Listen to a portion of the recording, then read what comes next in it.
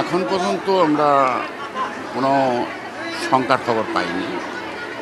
আমরা বিশ্বাস করি এখানে সবাই শিক্ষিত ছিল, সচেতন ছিল।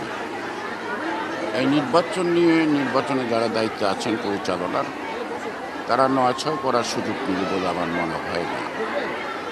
তারপরে এই সচেতন ছাত্র গোষ্ঠী তাদের প্রতিনিধি নির্বাচনে তারা যে ফলাফল দেয় সেটাকে আমরা স্বাগত জানাই।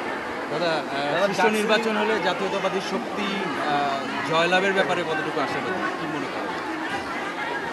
আমরা তো আশাবাদী। তারপরে দীর্ঘদিন যাবৎ ছাত্ররা ক্যাম্পাসে থাকে না এবং ছাত্র সংগঠন একটি সংগঠন ছিল, সেটা সরকারি ছাত্রলীগ।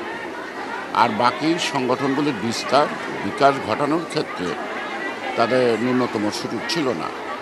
এই স্বল্প সময়ের মধ্যে ক্যাম্পাসে এখনও স্বাভাবিকভাবে সকল ছাত্রছাত্রী ফিরে আসে নাই। তারপর আমি জানি আমাদের দেশের ছাত্র সমাজ অত্যন্ত সচেতন। তারা নিশ্চয়ই তাদের বুদ্ধিমত্তা দিয়ে তারা তাদের সিদ্ধান্ত নেবে।